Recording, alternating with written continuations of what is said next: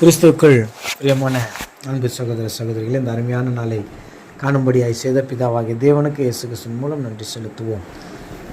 இந்த நாளிலும் தேவனுடைய பெரிதான கிருபையினாலும் காரணத்தினாலும் இரக்கத்தினாலும் 2025 ஆண்டின் நிறைவுக்குள்ளாய் நாம் வந்திருக்கிறோம். அதனால் இன்றைக்கு இருக்கிற கொஞ்ச நேரத்தில் தேவனுக்கு பிரியமானது என்ன என்று ஒரு 3 காரியங்களை நாம் பார்க்கலாம் என்று இருக்கிறோம். எபேசியர் புத்தகம் 5ஆம் அதிகாரம் 10வது வசனம். எபேசியர் 5:10. யார் ஃபர்ஸ்ட் எடுக்கிறாங்க? கர்த்தருக்கு பிரியமானது என்னதென்று நீங்கள் சோதித்து பாருங்கள். இங்கிலீஷ்ல என்ன சொல்லலாம்? கரெக்டாம்மா? டெஸ்ட் பண்ணி பாரு. கூட சொல்கிறேன்ல, நீ கூட என்ன டெஸ்ட் பண்ணி பாரு, கரெக்டாக இருக்கிறானா இல்லையா. அப்படியே தேவனுக்கு எது பிரியம், எது அவர் பிரியம்னு என்ன பிரியம்? விருப்பம். தேவனுக்கு எது விருப்பம் அதை நம்ம பார்க்கணும். கர்த்தருக்கு பிரியமானது என்னன்னு பார்க்கணும். ஏன் கர்த்தருக்கு பிரியமானது என்னன்னு நம்ம பார்க்கணும். அவருக்கு பிரியமானது அவர் செஞ்சுட்டு போகிறாரு, நம்ம எதுக்கு பார்க்கணும் அப்படின்னா நமக்கு பிரியமானது என்னன்னு அவர் பார்க்குறாரு. கரெக்டா? அப்போ அவருக்கு பிரியமானது என்னன்னு நம்ம என்ன பண்ணலாம் பார்க்கணும். நம்ம ரட்சிக்கப்பட்ட புதுசில் நம்மளுக்கு எல்லா கஷ்டமும் நீங்கி பயங்கர சந்தோஷம் ஆயிடுச்சு. அப்போ எங்கள் வீட்டு பீரோவில் ஒரு பெரிய கண்ணாடி இருக்கும். அந்த கண்ணாடி முன்னாடி நின்றுட்டு நான் கேட்பேன், தேவனே எனக்கு இவ்வளோ சந்தோஷத்தை கொடுத்துட்டேன், இப்போ சொல்லுங்க எனக்கு ஏன் இவ்வளோ சந்தோஷம் எனக்கு கொடுத்தீங்க? சும்மா இல்லை, ஏதோ காரணம் இருக்கும். சும்மா நீங்கள் கொடுக்க மாட்டீங்க, ஏதோ ஒன்று இருக்கும். எனக்கு இவ்வளோ சந்தோஷம் கொடுத்தீங்கன்னா நீங்கள் ஏதோ என்கிட்ட எதிர்பார்க்குறீங்க. என்ன எதிர்பார்க்குறீங்க? என்ன பல நாட்கள் நான் அந்த கண்ணாடியை பார்த்து ஜெபித்திருக்கிறேன். ஏன்னா கட்டாயம் நம்மளுக்கு யாருன்னா ஒருத்தர் ஒரு ஹெல்ப் பண்ணுறாங்கன்னா அது வெறுமையாக கிடையாது. அதுக்கு பின்னாடி ஏதோ ஒரு காரணம் நம்மக்கிட்ட இருந்து நாங்கள் எதிர்பார்ப்புகள் இருக்கத்தான் செய்யும். அதனால் இந்த நாளிலும் தேவன் நீங்களை நம்மக்கிட்ட, அதாவது தேவனுடைய விருப்பம் என்ன அப்படின்னு நம்ம என்ன பண்ணணும், கொஞ்சம் ஒரு 3 பாயிண்ட் நம்ம பார்க்கலாம். முதலாவது சித்தம். இல்லைங்களா? தேவனுடைய சித்தம். சித்தம்னா விருப்பம்னு அர்த்தம். இல்லைங்களா? சித்தம் அப்படின்னா விருப்பம். அப்போது நாம் என்ன செய்ய வேண்டும் என்று தேவன் விரும்புகிறார் அது தெரிஞ்சுக்கணும். நாம் என்ன செய்யணும். இப்போ நம்ம என்ன செய்வோம்? இப்போ நம்ம ஒரு ஏஜில் இருக்கிறோம், நமக்கு என்ன தோணும்? சர்ச்சுக்கு போகணும் இல்லைங்களா, அதிகப்படியாக ஒரு பாட்டு பாடணும், இன்னும் கொஞ்சம் அப்படின்னா ஒரு பைபிளு வாசிக்கணும், தம்பி மாதிரி இருந்தால் எப்படியாவது பிரசங்கம் என்ன பண்ணணும், அப்பா வேலையை கண்டினியூ பண்ணணும். இருக்கா அந்த ஆசை? ஓகே. அப்படி ஒரு ஒரு வயசில் ஒன்று என்ன ஆகிடும், வந்துட்டு இருக்கும்.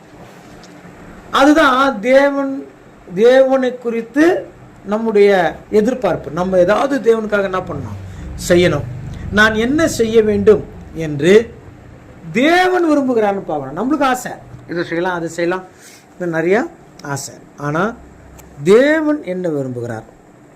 தேவனுக்கு சித்தமா, அதாவது தேவனுக்கு இது ஓகேவா, நான் இந்த காரியத்தை செஞ்சால் தேவன் விரும்புவாரா, அல்லது இந்த காரியத்தை நான் தான் செய்ய வேண்டும் என்று தேவன் விரும்புகிறாரா, இதெல்லாம் தெளிவாக பார்க்கணும்.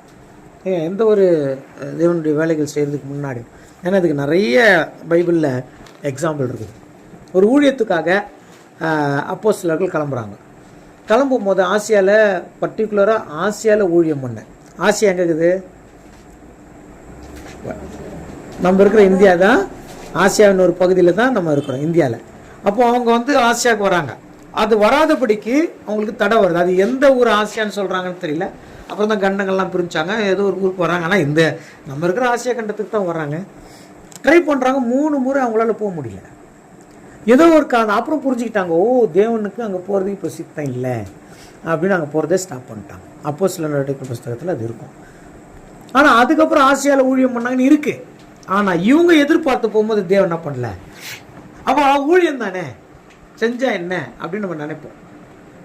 இது தேவனுக்கு உகந்தது தானே, செஞ்சா என்னன்னு நம்ம நினைப்போம். ஆனால் தேவனுக்கு அது சித்தமாக என்ன பண்ணுங்க பார்க்கணும். அதனால் எங்கே யார் எப்படி ஊழியம் செய்யணும்னு தேவன் தான் என்ன பண்ணுறாருங்க விரும்புகிறார்.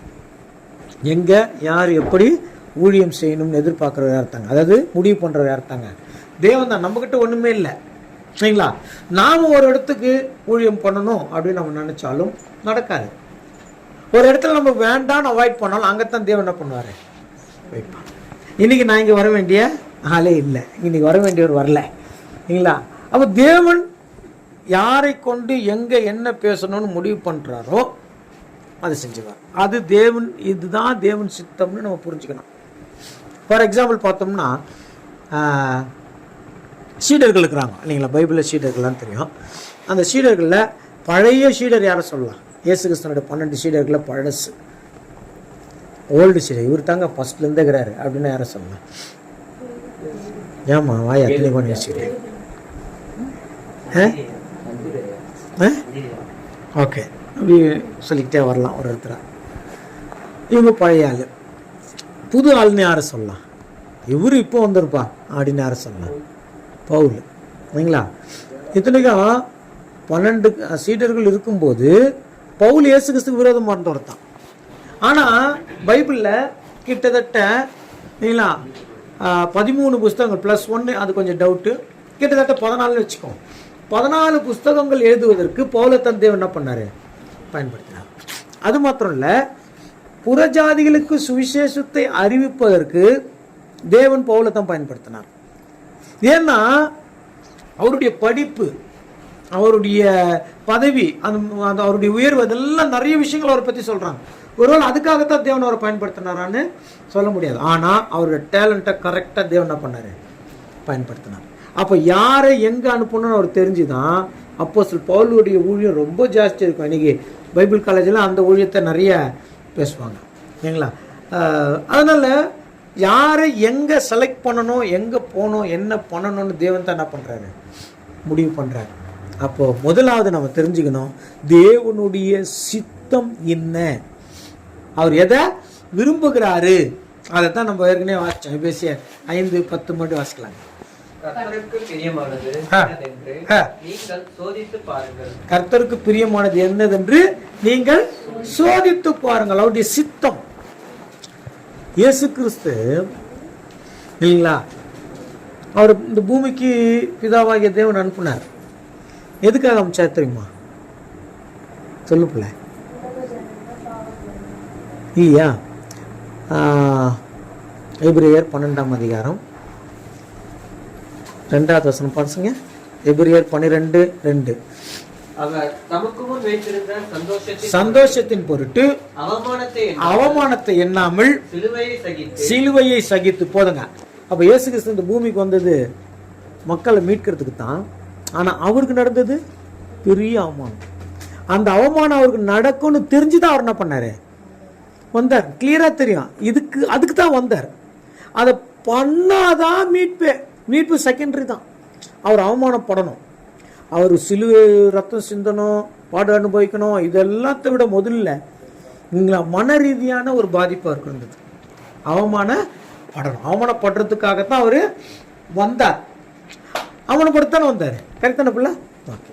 ஆனால் கெட்சமனில் போயிட்டு ஏன் இந்த பாத்திரம் என்ன விட்டு நீங்கள் போனால் நீங்களும் ஜெபிக்கணும், அதுதானே வந்தார் உங்களா. அதுக்கு காரணம் இருக்குது. ஆனாலும் அங்கே என்ன சொல்கிறா தெரியுங்களா?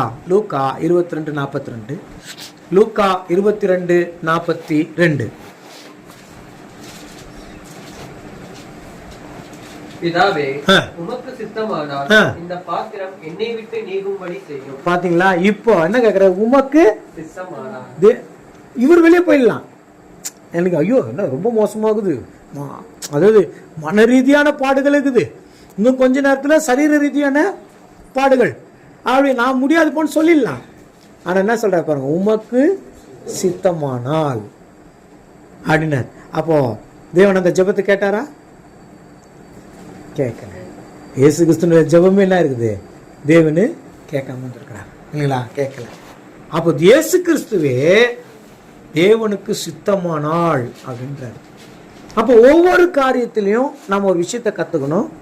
இது தேவனுக்கு என்ன ஆகல, நம்ம முயற்சி செய்கிறோம், ஆனால் முயற்சி நடக்கலை. 2 விஷயத்தில் நடக்காது. ஒன்று, தேவனுக்கு சித்தம் இல்லைனாலும் நடக்காது. நாம தேவனுக்குரிய வேலையை அஜாக்கிரதையா செய்தாலும் தேவன் ரிஜெக்ட் பண்றாரு. அது மேல ஒரு ஈடுபாடு வேணும். தேவனுடைய வேலை செய்யறதுல மனசு நம்ம மேலோட்டமா நிறைய செய்யலாம். ஆனா தேவன் எதிர்பார்க்கறது மனசு மட்டும்தான். அந்த மனசார நம்ம செய்யும் போது தேவனு அதை ஏத்துக்குவார். சில நேரத்தில் அது நம்ம செய்ய வேண்டான்னு தோணுனா தேவன் என்ன பண்றாரு, அதை ரிஜெக்ட் பண்ணிடுறாரு. வேணாம், நீ இப்போ பண்ண வேண்டாம். அது புரியணும். அது புரிஞ்சாதான் இல்லைன்னா அவங்க கரெக்டா எல்லாம் கரெக்டா இருக்கும். நல்லா பரீட்சை எழுதுறாரு தம்பி, மார்க் வரல, என்ன பண்ணுவீங்க? இங்க 2 விஷயம் யோசிச்சுக்கணும். மார்க் வரலன்றதுக்காக அது தேவனுக்கு சித்தம் இல்லைன்னு சொல்லக்கூடாது, இல்லைங்களா? அங்க யோசிக்கலாம், நான் கரெக்டா படிச்சேனா? ஒருவேளை நான் கான்ஃபிடென்ட், நல்லா கான்ஃபிடென்ட், நான் கரெக்டா தான் படித்தேன், அப்போ மார்க் வரல, பரவாயில்ல, தேவனுக்கு சித்தம் இல்லை, அவ்வளோதான். டீச்சர் மேலே பழி போடக்கூடாது. இன்னைக்கு பசங்க எல்லாரும் மார்க் கம்மியாக எடுத்துட்டு டீச்சர் மேலே தான் பழி போடுறாங்க. டீச்சர் தப்பாக போட்டாங்க, இல்லைங்களா? இன்னும் சின்ன தம்பிக்காக உங்களுக்கு சின்ன உதாரணம் சொல்கிறேன். இந்த மாதிரி பெரிய பெரிய காரியங்கள், ஒரே விஷயம் நல்லா யோசிச்சுக்கணும். தேவனுக்காக நான் ஜெபம் பண்ணுறேன், அது வேணும்னு தான் கேட்டேன், ஆனால் அது இல்லாமல் போச்சுன்னா பரவாயில்ல, அது எனக்கு வேண்டான்னு என் அப்பாவுக்கு தெரிஞ்சிருக்குது, அதனால் எனக்கு அது வேண்டாம்னு விடுற மனசு வந்துடணும். அதுதான் முதல்ல தேவனுடைய சித்தம் பார்க்கணும். சித்தம் அப்படின்னா செய்யறதுன்னு பார்த்தோம். இன்னொன்று ஒன்றுக்குது, சத்தம்னு ஒன்றுக்குது. சித்தம், சத்தம். சத்தம்னா என்ன? சவுண்டு. Very good. தமிழ்லேருந்து இங்கிலீஷில் சொல்லு, அப்படி ஹிந்தி, கன்னடா, இல்லைங்களா? சத்தம்னா கேட்பது, கேட்கறது இல்லையா? சத்தம் ஒன்று கேட்கறது, சவுண்டு, கரெக்டு தான், கேட்பது. இப்போ அந்த முதல்ல சித்தம் பார்த்தோம். இப்போ 2வது அவருடைய சத்தத்தை கேட்கணும். அவருடைய சத்தத்தை கேட்டால் மட்டும்தான் நம்ம கரெக்டாக என்ன பண்ண முடியும், லைஃப்பை ரன் பண்ண முடியும். வாழ்க்கைக்கு தேவனுடைய சத்தம் ரொம்ப முக்கியம். இப்போ நீங்கள் சின்ன பிள்ளைங்களா இருக்கிறீங்க, இப்போ நீங்கள் யாருடைய சத்தம் உங்களுக்கு ரொம்ப முக்கியம்? கரெக்ட், பேரண்ட்ஸோடைய சவுண்ட். ஏன்னா இப்போ அவங்களுக்கு நிறைய விஷயம் தெரியும். ஏன்னா இப்போ பாருங்க, அப்பாவுக்கு 50 வயசு ஆயிடுச்சு, உங்களுக்கு 50 முடிஞ்சிச்சு. இப்போ என்ன வயசு? பாதி கிழமை. Okay okay. இப்போ 50 வயசுனா 50 வருஷம் அனுபவம். உங்களுக்கு எவ்வளோ இருக்கும்? ஒரு 23.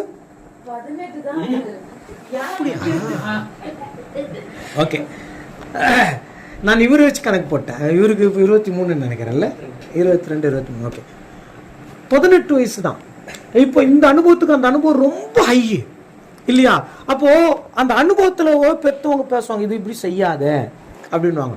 அதை கேட்டால் நமக்கு நல்லது, இல்லைங்களா? இப்போ தோசை சுடுறோம், இப்போ அவளை தான் சொல்ல முடியும் உங்களுக்குங்களா? தோசை சுடுற விஷயம்னு வச்சுக்கோங்க, இல்லைங்களா? தவாவை வச்ச உடனே நம்ம மனசு சொல்லும், அப்படியே மாவு ஊற்று, சூப்பராக தோசை வரும்னு சொல்லும். வாலிப மனசே அப்படி தான். ஏன்னா வாலிப வயசில் என்ன மைண்டு நிற்குதுன்னா, நானும் வாலிபன் அந்த வந்ததுனால சொல்கிறேன், உங்களை தப்பாக சொல்ல, நம்மளை மீறி யாருக்கும் அறிவு இல்லைன்னு நினச்சிக்குவோம், இல்லைங்களா? அப்பா அம்மாக்கள் அவங்களுக்குலாம் என்ன அறிவு, எனக்கு என்ன மாதிரி அறிவு தெரியுமா? இதில் வேறு இப்போ எக்ஸாம்பிள், உங்கள் காலத்தில் செல்ஃபோன் இருந்ததா, எங்கள் காலத்தில் பற்றியா, எங்களுக்கு என்ன நாலேஜ், அப்படி போயிடுறாங்க எல்லாம். அதனால் நான் நிறைய விஷயம் கற்றுக்காமல் நிறைய விஷயத்தில் டவுன் ஆகிறதுக்கு, பிள்ளைகள் டவுன் ஆகிறதுக்கு காரணம் அதுக்கு தான் ஒரு வசனம் சொல்கிறாங்க, கொலோசியர் 3ஆம் அதிகாரம் 20வது வசனம். கொலோசியர் 3:20. பிள்ளைகளே, உங்கள் பெற்றோருக்கு எல்லா காரியத்திலேயும் கீழ்ப்படியும். என்னங்க? எல்லா காரியத்திலும் கட்டம், எல்லா விஷயத்துக்கும் கீழ்ப்படிச்சு தான் ஆகணும். அப்புறங்க இது கர்த்தருக்கு பிரியமா?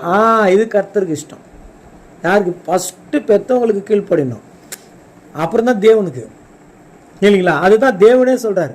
ஒரு காலத்தில் ஒரு பழமொழி ஒன்று சொல்லுவாங்கல்ல, மாதா பிதா குரு தெய்வம் அப்படி சொல்லுவாங்க. தெய்வத்தை தெரிந்து கொள்ள வேண்டும் என்றால் பெற்றோர்களை முழுசா புரிஞ்சாதான் செய்ய முடியும். அதனால தான் அவங்க சொன்னாங்க, இது தேவனுக்கே பிரியம். அம்மா அப்பாவுக்கு கீழ்ப்படுது யாருக்கு பிரியம்? தேவனுக்கே பிரியம். அப்போ நீங்க கீழ்ப்படியும் போது தேவன் உங்களுக்கு மேல என்ன பண்ணுவாரு? ரொம்ப ஆசையா இருக்கு. அப்போ அந்த தோசை சுடும்போது, இல்லைங்களா, அது அம்மா சொல்லுவாங்க, முதல்ல தவா சூடு இருக்கட்டும், ஓவர் சூடு ஆயிடக்கூடாது, அதுக்கு தண்ணி தெளிச்சு சூடு என்ன பண்ணணும், கம்மி பண்ணணும். அதெல்லாம் இல்லை. இப்போ நான் செய்கிறேன் பாருன்னா அவங்க தவாவும் தோசை ஒன்றாயிரம் மர்ஜாயிரம். ஒரு சின்ன விஷயமா தான் இருக்கும். ஆனா அந்த அனுபவத்துக்கு போயிடணும். அதை தேவன் என்ன பண்ற விரும்புறார். அப்படியே நீங்களா கேட்கிறத தேவன் என்ன பண்றாரு ரொம்ப விரும்புறார். அவர் என்ன சொல்றாருன்னு கேட்கிறது ரொம்ப முக்கியம். அதுதான் சத்தம். அவருடைய சித்தத்தை செய்யணும்னா அவருடைய சத்தத்தை கேட்கணும். சத்தம்னா சவுண்டு, சவுண்டுன்னா பேசுறது. அப்போ அவருடைய வார்த்தையை கேட்டாதான் அவருடைய சித்தத்தை என்ன பண்ண முடியும், நாம செய்ய முடியும். ஒன்றும் இல்லைங்க, தேவனுடைய வார்த்தையை கேளுன்னு சொன்னாரு, அந்த கேட்கறதே கீழ்ப்படிதல் தான். தேவனுடைய வார்த்தையை கேளுன்னு சொன்னாரா, அப்போ அதுக்கு என்ன பண்ணணும், கட்டாயம் கீழ்ப்படிஞ்சு தேவனுடைய வார்த்தைக்கு கீழ்ப்படிந்தது ரொம்ப முக்கியம். அதனால சத்தத்தை கேட்காமல், தேவனுடைய சத்தத்தை கேட்காம நம்ம என்ன சாக்ரிஃபைஸ் பண்ணாலும் வேஸ்ட். சாக்ரிஃபைஸ்க்கு தமிழ் என்ன சொல்றோம், தியாகம் இல்லைங்களா? என்ன தியாகம் பண்ணாலும் தேவனுடைய வார்த்தையை கேட்கறது இல்லை இல்லைங்களா? ஆனா தேவனுக்காக அதை சேர இது சேர அப்படி பண்ற இப்படி பண்றேன்னு எல்லாம் என்ன ஆயிடுச்சு, டோட்டலா வேஸ்ட். அது தேவனே சொல்றார். 1 சாமுவேல் 15ஆம் அதிகாரம் 22வது வசனம். 1 சாமுவேல் 15:22. அதற்கு சாமுவேல் கர்த்தருடைய சத்தத்திற்கும் கீழ்ப்படியதை பார்க்கிறோம், சர்வாங்க தகனங்களும் பலிகளும் கர்த்தருக்கு பிரியமா இருக்குமோ. பாத்தீங்களா, நீ என்ன சர்வாங்க தகன பலி செஞ்சாலும் அதுல பிரியம் இல்ல. அவர் வார்த்தையை கேட்கறது தான் அவருக்கு என்னங்க பிரியம். அப்புறங்க பலியை பார்க்கிலும் கீழ்ப்படிதலும் ஆட்டு கடாக்களின் இனத்தை பார்க்கிலும் செவி கொடுத்தலும் உத்தமம். என்னங்க, அதுதான் கீழ்ப்படியது தான் கரெக்ட் அப்படின்னு தேவன் என்ன பண்றாரு. நீ என்ன பலி வேணாலும் செய்யலாம், என்ன வேணாலும் செய்யலாம், ஆனா நான் சொன்ன விஷயத்த என்ன பண்ணேன், கீழ்ப்படிஞ்சு அதன்படி நடக்கணும். முதல்ல அவருடைய சித்தம் என்னன்னு தெரியணும். ரெண்டாவது அவருடைய சத்தத்துக்கு என்ன பண்ணுங்க, கீழ்ப்படியணும் அப்படின்னு சொல்றோம். அவர் குரலுக்கு அவர் ஆடுகள் செவி கொடுக்கும். கரெக்டா இல்லைங்களா? யோவான்ல இருக்குது இல்லையா, அவர் குரலுக்கு அவர் ஆடுகள் செவி கொடுக்கும். இப்போ தேவனுடைய வார்த்தைக்கு நம்ம கீழ்ப்படுகிறோம். நம்ம யாருடைய ஆடு, அவருடைய ஆடு. அப்ப அவருடைய ஆடுக்கு அவர் எல்லா பாதுகாப்பும் கொடுக்குறாரு. கரெக்டா? அப்போ தேவனுடைய ஆடா இருக்கும்போது நம்ம கட்டாயம் கீழ்ப்படிந்துதான் ஆகும். அதனால சத்தத்தை கேட்காவிட்டால், தேவனுடைய சத்தத்தை நாம கேட்கலன்னா, சத்தத்தை கேட்கறதுக்கு இன்னொரு வார்த்தை இருக்கு தெரியுங்களா? படிச்ச பிள்ளைங்கன்றதுனால நான் கொஞ்சம் சொல்றேன். இன்னொரு வார்த்தை என்ன சொல்லுங்க, லிசனிங், கவனித்தல். கவனித்தல் என்ன தெரியுமா, சும்மாடி கவனிச்சுட்டு போறது இல்லை, அதை கை கொண்டு நடத்தணும். நீங்க கவனிக்கிறீங்களா? எங்கெல்லாம் கவனிப்பீங்க? இங்கே விட்டுருங்க, வெளியில, ஸ்கூல்ல. Very good, correct. ஸ்கூல்ல ஏன் கவனிக்கிறோம்? படிச்சாதான் அடுத்த வருஷம் அடுத்த கிளாஸ்க்கு போக முடியும். கரெக்டா? அதுதானே கவனிக்கிறது. அதே தாங்க தேவன் இங்கே சொல்றேன். நான் நிறைய யோசிக்கிறது உண்டு. நம்ம ஸ்கூல்ல படிக்கிற பாடம் அந்த தொகுப்பு, அந்த காரியங்கள்லையும் பைபிளையும் ஒன்னா சேர்த்தோம்னு ரெண்டுமே கிட்டத்தட்ட ஒரே மாதிரி தான். அவ்வளோ கரெக்டா பொருந்தும். பெற்றோர்களுக்கு கீழ்ப்படிந்து தேவனுக்கு என்ன பண்ணுவாங்க, பெற்றோர்களுக்கு கீழ்ப்படுகிற பிள்ளைகள் கட்டாயம் தேவனுக்கு என்ன பண்ணுவாங்க, அதுல எந்த மாற்று கருத்து இல்லை. ஏன்னா தேவனே அதை சொல்லிட்டான். ஃபர்ஸ்ட் பழக்கமே எங்க தாங்க, கீழ்ப்படிகிறது இல்லைங்களா? பைக்கு நல்லா ஓட்ட தெரியும்னா அதுக்கு பேஸ் எங்கங்க, சைக்கிள் தான் இல்லைங்களா? ஆனா அது சைக்கிள் தானே அசால்ட்டா நினைப்போம். ஆனா அதுதான் என்னங்க பேஸ். அந்த பேஸ்ல இருந்து தான் வருது. அதனால பெற்றோர்களுக்கு கீழ்ப்படியும் போது, அவங்க சத்தத்தை கேட்கும் போது எப்படி நமக்கு பயனுள்ளதா இருக்குதோ, அப்படியே தேவனுடைய சித்தத்தையும் தெரிஞ்சிருக்கணும், தேவனுடைய சத்தத்துக்கு என்ன பண்ணுங்க, செவி கொடுக்கணும். இல்லைன்னா 1 சாமுவேல் 12:15. 1 சாமுவேல் 12:15. நீங்கள் கர்த்தருடைய சத்தத்திற்கு கீழ்ப்படியாமல் கர்த்தருடைய வாக்குக்கு விரோதமாய் கலகம் பண்ணினீர்களானால். பாத்தீங்களா, சத்தத்திற்கு கீழ்ப்படியாமல்னா இப்ப அவர் ஒரு விஷயம் சொல்லிக்கிறாரு, அதை கேட்டு அதை என்ன பண்ணோம், நடக்கணும். அதுக்கு விரோதமா போயிட்டான், அவர் பேச கேட்கல அப்படின்னா அது விரோதம் ஆயிடுச்சு. நாம அவருக்கு விரோதமாயினா அவர் நமக்கு விரோதமாயிருவார். கண்டினியூ பண்ணுங்க. கர்த்தருடைய உங்கள் பிதாக்களுக்கு விரோதமாய் இருந்தது போல உங்களுக்கும் விரோதமாய் இருக்கும். கர்த்தருடைய கை நாங்க விரோதம் பண்ண, விரோதம் என்னங்க, ஒன்றும் இல்லைங்க, அவர் நம்மளை அடிக்க வேணாம் இல்லைங்களா, நம்மளுக்கு நம்ம தப்பு பண்ணிட்டோன்றதுக்காக எந்த ஒரு பனிஷ்மெண்ட்டும் பண்ண வேணாம். ஜஸ்ட் அவர் இப்படி ஒதுங்கிட்டாருன்னா போதும், வேறு ஒன்றுமே பண்ண வேணாம். தேவன் நம்மக்கிட்ட இருந்து இப்படி ஒதுங்கிட்டாருன்னா போதும், நம்மளை அடித்து புரட்டி வறுத்து எடுக்கிறதுக்கு சாத்தான் ரெடியாக இருக்கிறான் இல்லைங்களா, ஈஸியாக என்ன பண்ணிடுவான். அதுதான் தேவன் பண்ணுவார், அவ்வளோதான். ஓகே, நான் சொன்னேன், நீ கேட்கல, அனுபவிச்சு கற்றுக்கோ, விட்டுருவார். ஆதாமுக்கு சொன்னார், இந்த பழத்தை சாப்பிடாத, சாப்பிட்டானாயிருவேன், செத்துருவேன்னாரு. இல்லைங்களா, பழத்தை சாப்பிட்டான். ஃபஸ்ட்டு செத்துது யாரு?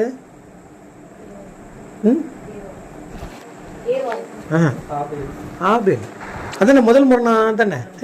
ஏன் தேவன் சொன்னது என்ன, சாப்பிட்டனாலே நீ சாப்பிடுவாரு. ஆனால் செத்தது யாரு? புள்ள. ஏன் புள்ள செத்தான்? மரணம்னா என்னன்னு இவருக்கு தெரியணும், அவ்வளோதான். தேவன் ஒன்றுமே பண்ணல. இப்போ மரணம்னா என்னன்னு தெரிஞ்சிச்சு, இனிமேல் ஜாக்கிரதையா இருந்து என்ன பண்ணிட்டாரு. அப்போ தேவன் நம்மளுக்கு நிறைய அட்வைஸ் கொடுப்பாரு, அதை கேட்கணும், அவருடைய சித்தம் புரியணும், அதன்படி செய்யும் போது எல்லாம் கிடைக்கும். இல்லைன்னா கரம் எடுத்துருவார். 14ஆம் வசனம் 14. நீங்கள் கர்த்தருடைய வாசுக்கு விரோதமாய் கலகம் பண்ணாமல் கர்த்தருக்கு பயந்து அவரை சேவித்து அவருடைய சட்டத்திற்கு கீழ்ப்படிந்தால் நீங்களும் உங்களை ஆளுகிற ராஜாவும் உங்கள் தேவனாகிய கர்த்தரை பின்பற்றுகிறவர்களாய் இருப்பீர்கள். பாத்தீங்களா? இப்ப அவரை பின்பற்றுகிறவர்கள் அப்படின்னா அவருடைய வார்த்தை என்ன பண்ணணும்? கேட்கிறவர்கள், கவனிக்கிறவர்கள். சரி, ஃபர்ஸ்ட் என்ன பார்த்தோம்? தேவனுடைய சித்தம். ரெண்டாவது அவருடைய சத்தம். மூணாவது அவருடைய சத்தியம். 3 தான் இல்லைங்களா? சித்தம், சத்தம், சத்தியம். இப்போ சித்தம் தெரியணும், அடுத்தது இல்லைங்களா சத்தம் தெரியணும், அப்பதான் சத்தியம் புரியும். நீங்க நிறைய தப்பா நினைச்சுக்கிறீங்க. எடுத்தது சத்தியம், ஒண்ணுமே பண்றது கிடையாது, உடனே பைபிள் காலேஜ் போயிருந்தான், எல்லாம் வேஸ்ட். எல்லா பைபிள் காலேஜும் என்ன பண்ணிட்டாங்க இல்லைங்களா, பார்த்துட்டு வந்துட்டேன் இல்லைங்களா, அங்கே ஒன்றுமே இல்லை. அவங்க சர்டிஃபிகேட் கொடுக்கறதுக்கு என்ன நடத்தணுமோ அதை தான் செய்கிறாங்க. இப்போ பைபிள் காலேஜெல்லாம் ஒரு உலக பிரகாரமாக ஒரு பிஸ்னஸாக தான் இருக்குது. இவ்வளோ பணம் கொடுத்தா இந்த சர்டிஃபிகேட் நான் பண்ணுறேன், கொடுக்குறேன், இது கொடுத்தா இது கொடுக்குறேன் அப்படின்ட்டு என்ன ஆயிடுச்சு. ஒன்றுமே இல்லை. என்னங்க, எல்லாம் தேவனுடைய சித்தம் கேட்கறது இல்லை, அவருடைய சத்தம் கேட்கறது இல்லை. ஆனால் சத்தியத்துக்கு மட்டும் என்ன பண்ணணும்? போயிடணும். எப்போவுமே ஸ்டெப்பு ஒன்று தான் போகணும். எடுத்தது 4வது ஸ்டெப்புன்னு ஆச்சு என்ன ஆகிடுங்க? டவுன், ஷார்ட்டில் டவுன் ஆயிடும். இப்போது அவருடைய சரிங்களா சத்தியத்தை கேட்கும். அவருடைய சொல்லுக்கு கீழ்ப்படிந்து நடக்கிறவர்களுக்கு தான் சத்தியம் கொடுக்குறாரு இல்லைங்களா. சத்தியம், சத்தியங்கள் எது கரெக்டு சொல்கிற? பரவாயில்ல, எது ஒன்றாலும் சொல்லலாம், நம்ம கரெக்ட் இது சொல்ல பத்தானே போகிறோம். சத்தியம் தான், ஒருமை தான், பன்மை கிடையாது. சத்தியங்கள்னு கிடையாது, ஒன்று தான். சத்தியம் என்பது ஒன்று தான். கடவுள், கடவுளுக்கு என்னங்க அதான் சொல்லுவாங்க, ப்ளூரல். ப்ளூரல் கிடையாது இல்லைங்களா. கடவுள், கடவுள்கள் கிடையாது, ஒன்று தான். கடவுள்னா ஒருத்தர் தான் இல்லைங்களா. தூதுவர்கள் எல்லாம் இருக்கலாம், கடவுள்னா ஒருத்தர் தான். அதே மாதிரி சத்தியம்னா ஒருத்தர் தான். ஒரு பெரிய டவுட் இருக்குது பைபிளில். நான் தேவன சித்தமான அது ஸ்டடியில் பார்க்கலாம். சத்தியம் என்பது கரெக்டா, உண்மை என்பது கரெக்டா? என்னடா புள்ள,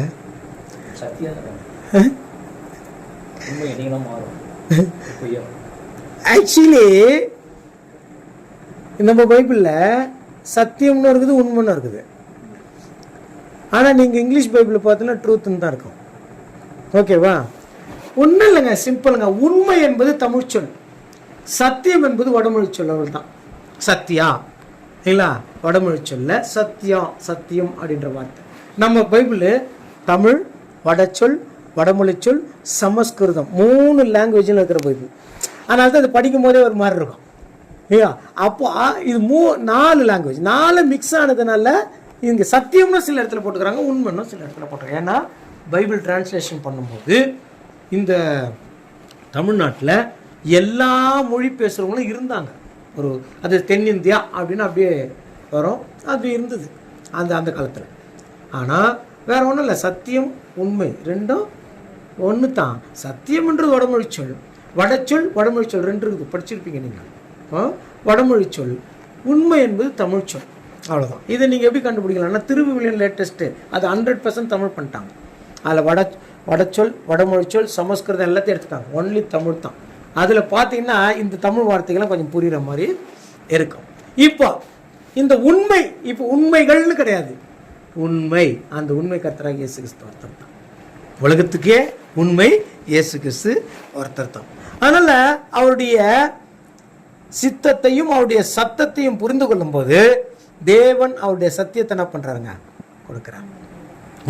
யார் கீழ்ப்படிந்து நடக்கிறார்களோ அவருக்கு சத்தியத்தை என்ன பண்ணுறாரு, சொல்லிக் கொடுங்க. அவங்களுக்கு தான் உண்மை. எல்லாருக்கும் உண்மைன்னா வருதில்ல, தெரியுறதில்ல இல்லைங்களா? நிறைய பேருக்கு நிறைய கிறிஸ்தவர்கள் இருக்கிறாங்க, அவங்களுக்கு தெரிஞ்ச எவ்வளோ விஷயம் அவங்களுக்கு தெரியுது. சில நேரத்தில் பேசும்போது நம்மளுக்கே கஷ்டம் போகிறாங்க, என்ன மாற்றி மாற்றி சொல்கிறாங்க, இதெல்லாம் பைபிள் இல்லையே. ஏன்னா உங்களுக்கு அந்த அளவுக்கு என்ன இருக்குது, தெரிஞ்சிருக்குது. ஏன் இன்னொன்று சொன்னால், உங்களுக்கு ஸ்பெஷலி நீங்கள் இங்கே இருக்கிற அந்த 4 பேருக்கு தெரிஞ்ச விஷயங்கள் எத்தனையோ பிஷப்புகள் கூட தெரியாது. அவங்க பிஷப்புன்னு இருக்கிறாங்க, அவங்களுக்கு கூட அது தெரியாது. பெரிய பெரிய ஜனங்கள் கூட்டங்கள் ஆஹா ஓஹோன்னு இருக்கும், அவங்களுக்கு கூட நிறைய விஷயங்கள் என்ன பண்ணாது, புரிந்து தெரிஞ்சு தெரியல. தேவன் அவர்கள் கண்களை மறைத்து என்ன பண்ணிக்கிறாங்க, நம்மளுக்கு கொடுத்துருக்கிறார். காரணம் என்னன்னா, அவருடைய வார்த்தையை நாம் கவனிக்கிறதுனால, அவருடைய சித்தத்தை நாம் உணர்றதுனால அவர் சத்தியத்தை என்ன பண்றாங்க, கொடுக்குறார். அவருடைய வார்த்தை எப்படிங்க, வசனமா இருக்குது, அவருடைய வசனம் சத்தியமா இருக்குது இல்லைங்களா? அதை பார்க்கும்போது ஆசீர்வாதம் கிடைக்க ரொம்ப என்ன பண்ணணும், கேட்கணும் இல்ல, கேட்டதின்படி நடக்கணும், அப்பதான் ஆசீர்வாதம்.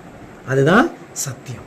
தேவன் ஒரு சத்தியத்தை சொல்றார், அந்த சத்தியத்துக்கு விரோதமான என்ன பண்ணக்கூடாது, போயிடக்கூடாது. இது சத்தியம்ன்றது எப்போ புரியும், அதுக்கு முன்னாடி அவருடைய வார்த்தையை கேட்கறதுனால புரியும். அவருடைய வார்த்தையை எப்போ கேட்போம், அவருடைய சித்தம் என்னன்னு யோசிக்கும் போது தான் அவருடைய வார்த்தையை நம்ம என்ன பண்ண முடியும், கேட்க முடியும். இப்போ அங்கேருந்து வந்துட்டோம். இப்போ தேவன் சத்தியத்தை சொல்றாரு. ஆதியாகமம் 22:18 அங்கே இவருக்கு சொல்றாரு இல்லைங்களா, அந்த ஒரு காரியத்தை பார்க்கலாம்.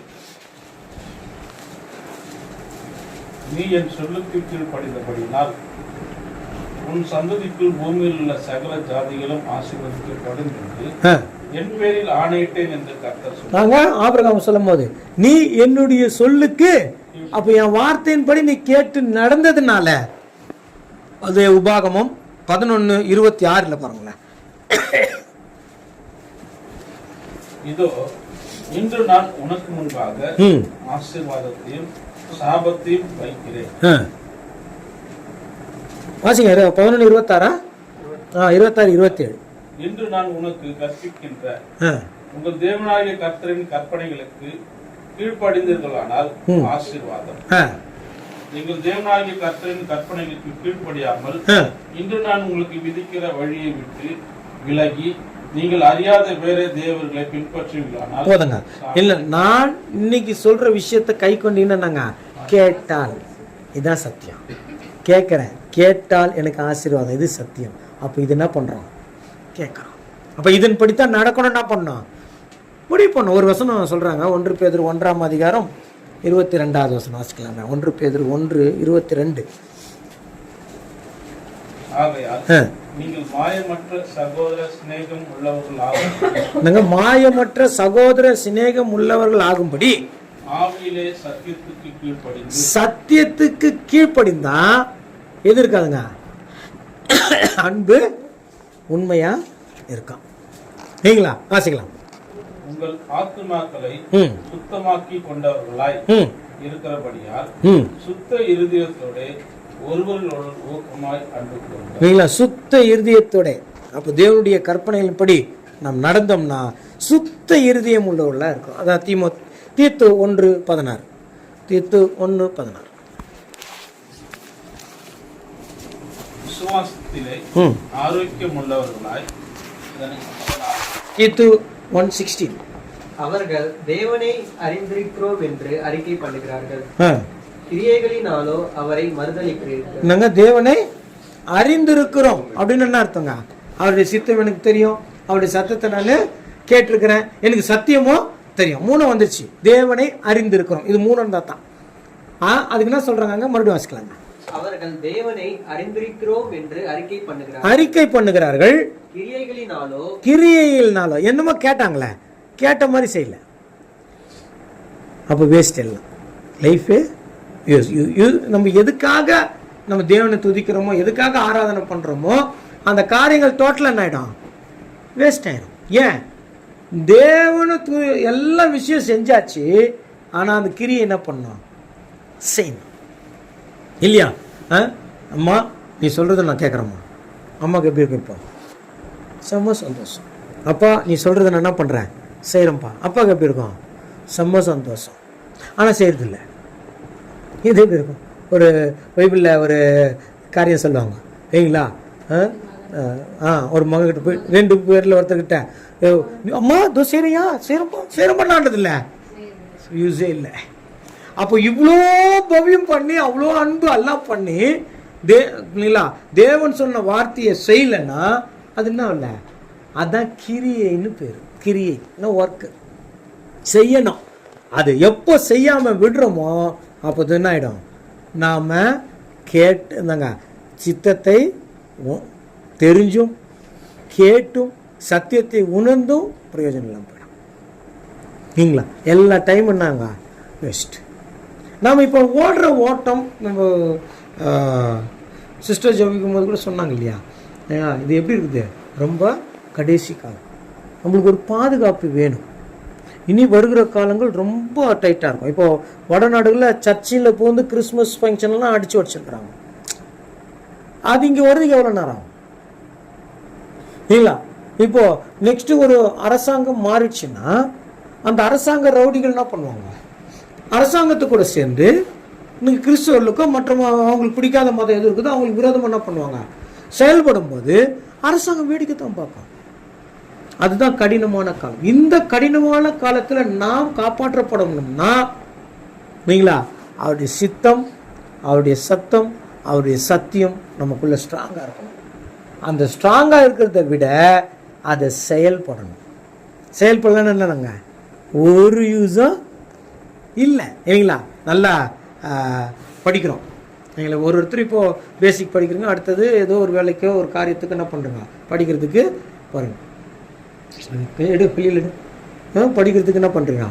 போவீங்க. அந்த படித்த படிப்புக்கு நீங்கள் என்ன பண்ணணும்? ஒரு வேலை செய்யணும் இல்லையா? வேலை செஞ்சால் தான் அந்த படிப்புக்கு வேல்யூ. இல்லைன்னா நல்ல டாக்டர் படிச்சிருக்கிறாரு, ஆனால் டாக்டர் வேலையே செய்யறதில்லை, வேல்யூ இருக்குதா? அவர் படித்தது, அவருடைய காசு, செலவு எல்லாம் ஆயிடுச்சு, வேஸ்ட்டு. இல்லைங்களா? சிலர் நல்லா படிச்சுட்டு கொஞ்சம் மைண்டு ப்ராப்ளம் ஆகிட்டு ரோட்டில் என்ன பண்ணுவாங்க? பேப்பர் எடுத்து போட்டு நிற்பாங்க. பார்த்தா இங்கிலீஷு அப்படியே அவ்வளோ தெளிவாக பேசுவாங்க, ஆச்சரியமாக இருக்கும். யூஸ் இல்லை. இல்லைங்களா? அப்போ நாம் அப்படி இருக்கக்கூடாது. என்ன கேட்டோமோ நம்ம வாழ்க்கையில் அதை ஃபாலோ பண்ணோம். இப்போ வேதத்தை படித்து ஃபுல்லாக நம்ம புரிஞ்சுக்கிற வயசு இல்லை. ஆனால் இப்போ எல்லாமே கேட்கறது தான். இப்போ பைபிளில் வசனத்தோடு சொல்கிறாங்களா? வசனம் இல்லாமல் சொல்கிறாங்களா? எங்கே இருக்குது வசனம்? தாராளமாக கேட்கலாம், தப்பு கிடையாது. எங்கே இருக்குது வசனம்? எங்கே இருக்குது வசனம்? இருந்தால் என்ன பண்ணுங்க? ஓகே நாங்கள் ஒத்துக்கிறோம் சொல்லலாம். வசனத்தோடு சொல்லிட்டா என்ன பண்ணோம்? கட்டாயம் அதை ஃபாலோ பண்ணாதான் ஆசீர்வாதம். இல்லைன்னா என்ன அவங்க தேவனுடைய கோபத்துக்கு என்ன ஆயிடுவோம்? ஆளாயிருவோம். தேவனுக்கு ரொம்ப கோபம். கொலோசியர் 3:6 வாச்சோமா? வாசிக்கலாம். கொலோசியர் 3:6. கீழ்ப்படியாமையின் பிள்ளைகள் மேல். யாருக்கு கீழ்ப்படியாது? ஃபர்ஸ்ட் பேரண்ட்ஸ், அப்புறம் தேவன்.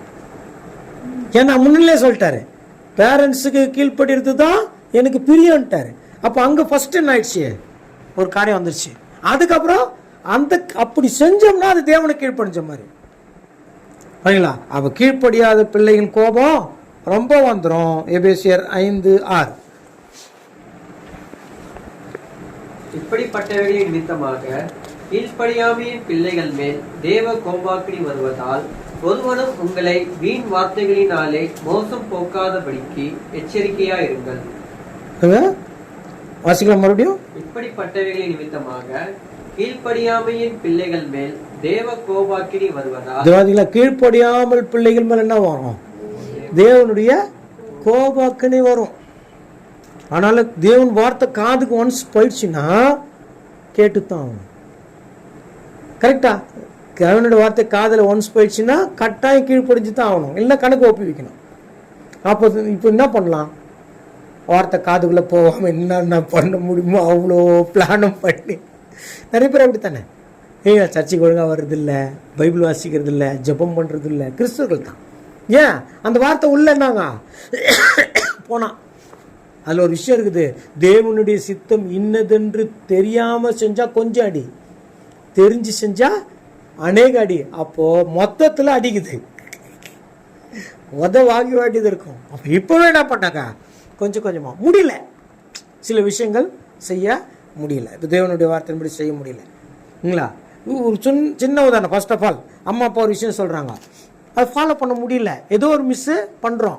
உடனே தேவன்கிட்ட கேட்கணும், தேவனே அம்மா அப்பா சொன்னாங்கப்பா, நான் மீறிட்டேன்ப்பா, என்னை மன்னிச்சிருங்கப்பா, நான் செய்யணும்ப்பா, எனக்கு பலன் கொடுங்கப்பா, நிச்சயமாக நான் செய்கிறேன்ப்பா அப்படின்னா அவர் நம்முடைய பலவீனத்தை எடுத்து போட்டுருவார். நான் ஒரு மனசை தான் பார்க்குறாரு. நம்ம பலவீனத்தில் செஞ்சால் தப்பு அவர் பார்க்குறதில்ல. அந்த தப்பை மனசார செய்கிறோமா, பலவீனத்தில் செய்கிறோமா, அதை குறித்து நம்ம மனசு நொந்து போகிறோமா, அதை வெறுக்கிறோமா, அதை தேவன் பார்க்குறார். அப்போ வெறுக்கிறோம்னா அதை கவுண்டில் எடுக்கிறது இல்லை, அடிக்கணுன்ற கவுண்ட் வைக்கிறார்ல, அதில் சேர்க்கறது இல்லை, அதை நம்மளை ரட்சிக்கிற விஷயத்தில் சேர்க்குறாரு. அப்போ எவ்வளோ தூரம் நீ வெறுக்கிற, அது தப்புன்னு எவ்வளோ வெறுக்கிற. நான் சொன்ன வார்த்தை கை கொண்டு நடக்கிறது பலவீனத்தில் முடியல, ஆனால் எவ்வளோ ஹெல்ப் கேட்குற. நம்மளுக்கு ஹெல்ப் பண்ணுறதுக்கு இயேசு கிறிஸ்து நம்ம கூட நாங்கள் இருக்கிறார். அவர் நம்ம கை பிடிச்சி அந்த வார்த்தையின்படி கூட்டும்போது ரெடியாக இருக்கிறார், கை கேட்குறாரு. நம்ம கொடுத்து இந்த வார்த்தையின்படி நடக்கும்போது தேவன் நம்மளை ஒரு லெவல்லேருந்து இன்னொரு லெவலுக்கு கூட்டிகிட்டு போயிட்டே இருப்பார். ஏன் அதுதான் இப்போ நம்மளுக்கு ரொம்ப முக்கியம். ஒரு வசனம் வாசிக்கலாம், கலாத்தியர் 5:7. கலாத்தியர் 5:7. நீங்கள் நன்றாய் ஓடினீர்களே, சத்தியத்திற்கு கீழ்ப்படியாமற் போக உங்களுக்கு தடை செய்தவன் யார்? யாரோ ஒருத்தர் வந்து மோதுவாங்க. இது ரொம்ப ஜாக்கிரதையா இருக்கணும். சத்தியத்துக்காக இப்போ வந்தாச்சு, தேவனுக்காக எல்லாம் போயிட்டு இருப்போம். எங்கேயோ ஒரு இடத்துல சாத்தான் ரொம்ப அழகா என்ன பண்ணுவான், ஏதேன் தோட்டத்தில் அந்த மரத்துக்கிட்ட வந்து ஏவாளை ஏமாற்றினது போல நல்ல தேவனுக்குள்ள இருக்கும்போது எங்கேயோ ஒருத்தர் வருவாங்க. எங்கேயோ, அது ஸ்கூலாக இருக்கலாம், இப்போ எங்கேயோ ஃப்ரெண்ட்ஸ் சர்க்கிளில், சொந்தக்காரங்களாக இருக்கலாம், யாரோ ஏதோ ஒரு காலத்தில் இது இப்படி செய்ய வேணாம், இப்படி செய்யலான்ட்டு என்ன பண்ணுவாங்க, நம் தேவனுக்கு விரோதமாக செய்யறதுக்கு கற்றுக் கொடுப்பாங்க. அப்புறம் அவருடைய அதாவது ஆதாமுக்கு தேவனுடைய சித்தம் தெரியும், அவர் சத்தம் தெரியும், சத்தியமும் தெரியும். அப்படிப்பட்டவங்களை தான் சாத்தான் என்ன பண்ணான், சோதிக்கும் போது ஏவாள் என்ன பண்ணிட்டாங்க, விழுந்துட்டாங்க. யாரோ ஒருத்தர் உங்களை என்ன பண்ணிடுவாங்க, வீழ்த்திடுவாங்க. அதனால் எவ்வளோ ஜாக்கிரதையாக இருக்கோமோ அவ்வளோ ஜாக்கிரதையாக இருக்கணும். காலம் பொல்லாதது. நமக்கு ஒரு பெரிய பாதுகாப்பு நம்ம கூட இருக்கிறார் நம் தேவன். கர்த்தராகிய இயேசு கிறிஸ்து மூலமாக நம்மளுக்கு பெரிய பாதுகாப்பு. என்ன வேணுமோ அதை செய்ய அவர் ரெடியாக இருக்கிறார். அது குடும்பமாக இருந்தாலும், உங்களுடைய படிப்பு காரியமாக இருந்தாலும், உங்களுடைய எதிர்காலமாக இருந்தாலும், ஏன் என்ன குறித்து நீங்கள் ஜெபம் பண்ணால் கூட உங்களோட ஜெபத்தை கேட்கறதுக்கு வந்தாங்க ரெடியாக. மனசார நம்ம செய்கிறோமா இல்லைங்களா, அப்படி செய்யறதுக்கு ரெடியாக. இப்போ நல்ல நம்மளுக்கு நிறைய வழிகள் தேவன் நம்மளுக்கு வச்சிருக்கிறார். அதை நல்லா டைட்டாக பிடிச்சிட்டு இல்லைங்களா, அவருடைய சித்தத்தையும் அவருடைய சத்தத்தையும் அவருடைய சத்தியத்தையும் புரிஞ்சு தெரிஞ்சு நடந்தோம்னா எல்லா ஆசீர்வாதத்திலும் தேவன் வருகிற நாட்களில் நம்மளை ஆசீர்வதித்து வழிநடத்துவாராக. ஆமாம்.